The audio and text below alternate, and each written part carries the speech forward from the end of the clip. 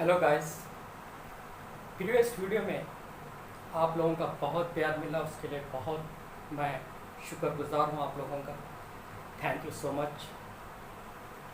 तो इसीलिए मैंने एक और वीडियो क्रिकेट पर ही बनाई है जो कि बहुत ही इम्पोर्टेंट है। प्लीज़ एंड तक देखिएगा, स्किप मत कीजिएगा, बहुत ही इम्पोर्टेंट वीडियो है।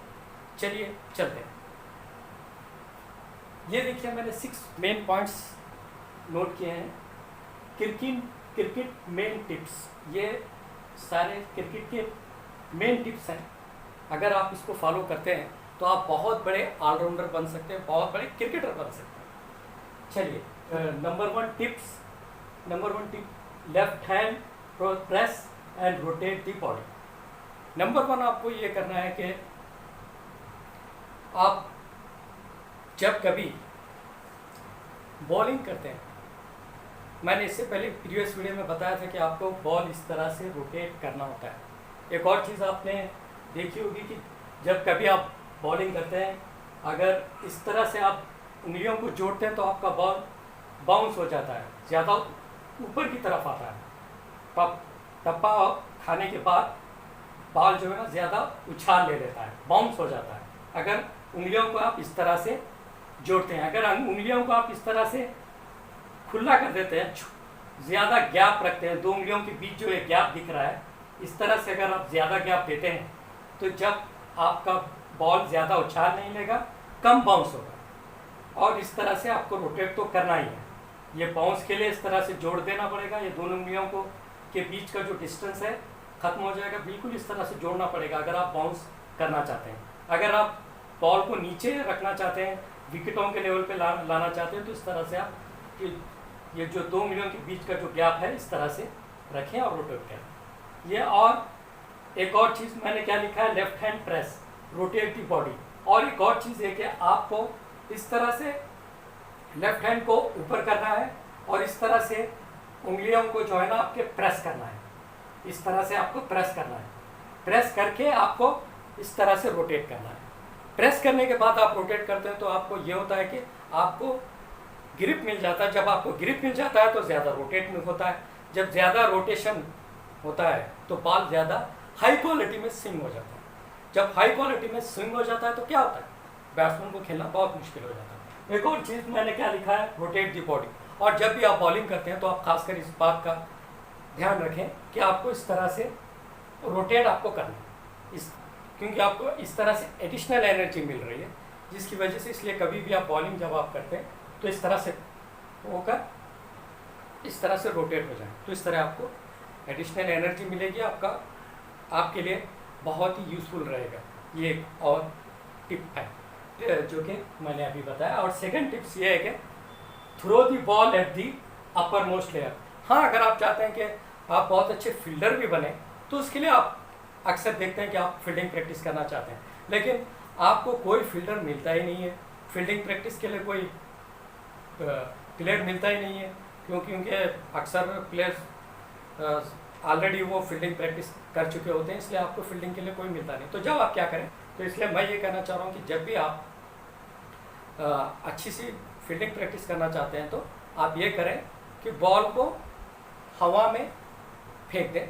और जब हवा में बॉल को फेंक रहे हैं तो बहुत ज़्यादा आपको एनर्जी लगानी पड़ेगी। जब आपको बहुत ज़्यादा एनर्जी लगाएंगे तभी वो बॉल ज़्यादा उछाल देगा, तभी वो बहुत ही हाई एलिवेशन पर आपका बॉल जाएगा, तब आपको थोड़ा पकड़ने के लिए मुश्किल हो जाएगी। एक और चीज़ ये होगी कि आपका जो कॉन्सेंट्रेशन लेवल उस बॉल पर रहेगा, इस तरह से आपका कॉन्सेंट्रेशन लेवल भी बढ़ जाएगा, इम्प्रूव हो जाएगा। और एक और चीज़ ये कि मैंने ये भी लिखा है कि फील्डिंग प्रैक्टिस विद डेयरिंग। मतलब ये क्या, आप जब बॉल आप फेंकते हैं तो अक्सर अगर आप इंटरनेशनल लेवल पर खेल रहे हैं तो तब आपको क्या होता है, जब आप कैच करते हैं तो आपको एक हेजिटेशन, एक फियर होता है कि कहीं अगर मैं बॉल मिस कर दूं तो कैप्टन क्या कहेगा, सारे लोग क्या कहेंगे, इस तरह का आपका हेजिटेशन, फियर होता है। तो उसको निकालने के लिए आप क्या सोचें, मैं जो ही कैच पकड़ूंगा बॉल को इस तरह से फेंक दूंगा हवा में। जो ही मैं कैच पकड़ूंगा, आपके जब बॉल आता है ऊपर रहता है तो आपको इस तरह की थिंकिंग लानी चाहिए कि मैं जो ही बॉल कैच करूंगा, कैच पकड़ते ही इस तरह से हवा में फेंक दूंगा। अगर आप इस तरह की थिंकिंग लाते हैं तो आपका फियर निकल जाएगा। खासकर इंटरनेशनल लेवल पर जब आप खेलते हैं बॉल हवा में होती है तो आपको इस तरह के फियर हेजिटेशन होता है, तो उसको निकालने के लिए इस तरह की थिंकिंग लाकर ही आपको कैच पकड़ना है। जब कभी आप कैच पकड़ते आपको इस तरह से मुझे हवा में छोड़ना है बॉल को, इस तरह से आप फीलिंग, इस तरह की थिंकिंग आप लाएं ताकि आपके जहन में नेगेटिव फीलिंग ना आए, फियर हेजिटेशन ना हो। और थर्ड टिप मैंने क्या लिखी, left handed bowler and right handed batsman. अगर आप चाहते हैं कि मैं बहुत अच्छा ऑलराउंडर बनना चाहता हूँ तो एक और चीज़, थर्ड थिंग ये है कि आप कभी भी लेफ्ट हैंड से बॉलिंग करें और राइट हैंड से बैटिंग करें, क्योंकि लेफ्ट हैंड से आप देखे होंगे बोल्ट, वसीम अकरम जो कि बहुत ही पॉपुलर बॉलर है, बहुत ही ग्रेटेस्ट बॉलर में उनका शुमार होता है। न्यूजीलैंड के बोल्ट प्लेयर हैं और वसीम अकरम है। और वैसे ही बैटिंग में तो आपको पता ही है राइट हैंड बैटिंग कौन करते हैं, सचिन तेंदुलकर जो कि बहुत ही नंबर 1 बैट्समैन है।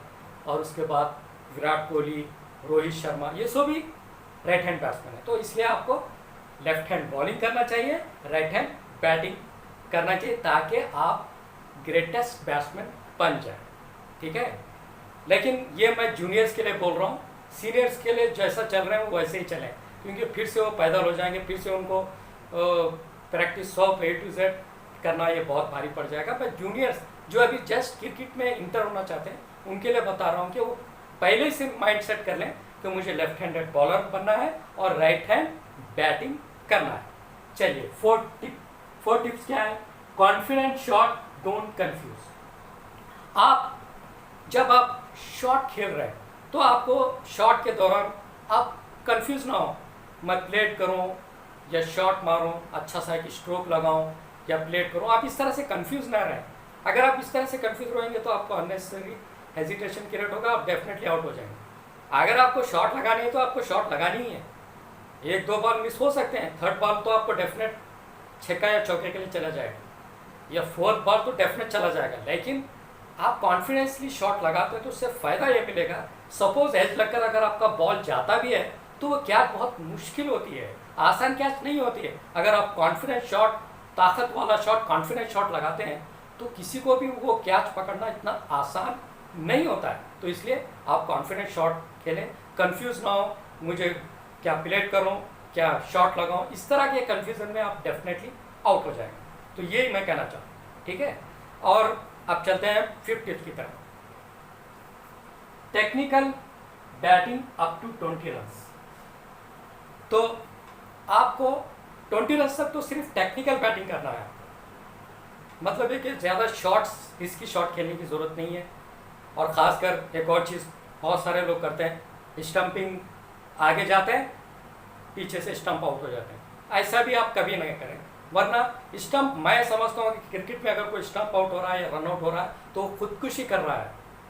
और जिस टीम में भी स्टंप आउट और रन आउट होते हैं वो टीम के हारने के चांसेस ज़्यादा हो जाते हैं, क्योंकि वो अपनी, कभी भी आप टेक्निकल बैटिंग करें, up to 20 runs technical batting करें, कोई रिस्की शॉट नहीं खेलें, स्टंप आउट ना हो, रन आउट ना हो, बिल्कुल टेक्निकली सुकून से अच्छा सा टेक्निकली खेलें। और जो 20 रन्स हो जाते हैं आप सेट हो जाते हैं। तो इसलिए आपका जब काम होता है कि आप हिटिंग शुरू कर सकते हैं। अगर आपके 20 रन्स हो जाते हैं तो जब आप हिटिंग शुरू कर सकते हैं, उससे पहले आप हिटिंग मत कीजिएगा। 20 रन्स तक आपको टेक्निकल बैटिंग करना है। जब अप टू 20 रन्स आप टेक्निकल बैटिंग करते हैं तो आप सेट भी हो जाते हैं, आपको बॉल भी थोड़ा अच्छी सी नज़र आने लग जाती है। क्यों, इसलिए मैं ये कह रहा हूँ कि खासकर 20 रन्स तक आप टेक्निकल करें, after 20 runs you can hit. चलिए चलते हैं 6 टिप्स की तरफ, change of face, yorker, bouncer, spin. तो आप चाहे तो इसका स्क्रीनशॉट भी ले सकते हैं, वैसे भी मैं एंड स्क्रीन में ये लगाना चाह रहा हूँ, आप देख सकते हैं उसमें भी।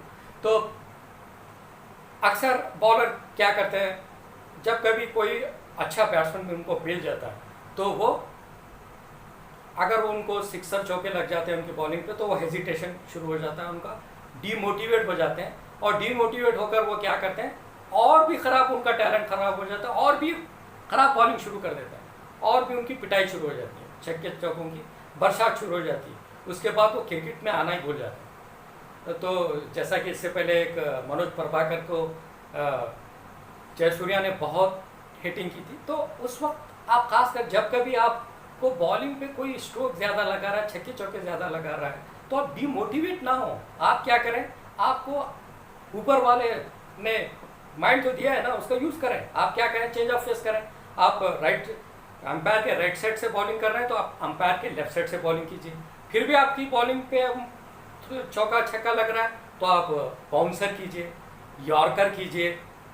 बाउंसर कर सकते हैं आप, एक या दो बाउंसर अपनी बॉलिंग में आप कर सकते हैं, या नहीं तो यॉर्कर कीजिए, चेंज ऑफ फेस कीजिए। राइट साइड अंपायर के राइट साइड से तो कीजिए या अंपायर के लेफ्ट साइड से तो कीजिए, लेकिन डीमोटिवेट होकर आप इस तरह से करना गलत है। अगर आप डीमोटिवेट होकर अगर आप ये करेंगे तो आपका टैलेंट खत्म हो जाएगा, आपका तो ऐसे ही फ्यूचर कैरियर खत्म हो जाएगा। जबकि आपके अंदर टैलेंट है, अच्छे ग्रेटेस्ट बैट्समैन, आपका पहले बैट्समैन का ये होता है कि आपका पहले आपको डिमोटिवेट करने का ही उनका मिशन होता है। और मैं ये कहना चाहता हूँ कि हर बैट्समैन का कोई ना कोई वीकर जोन होता ही है।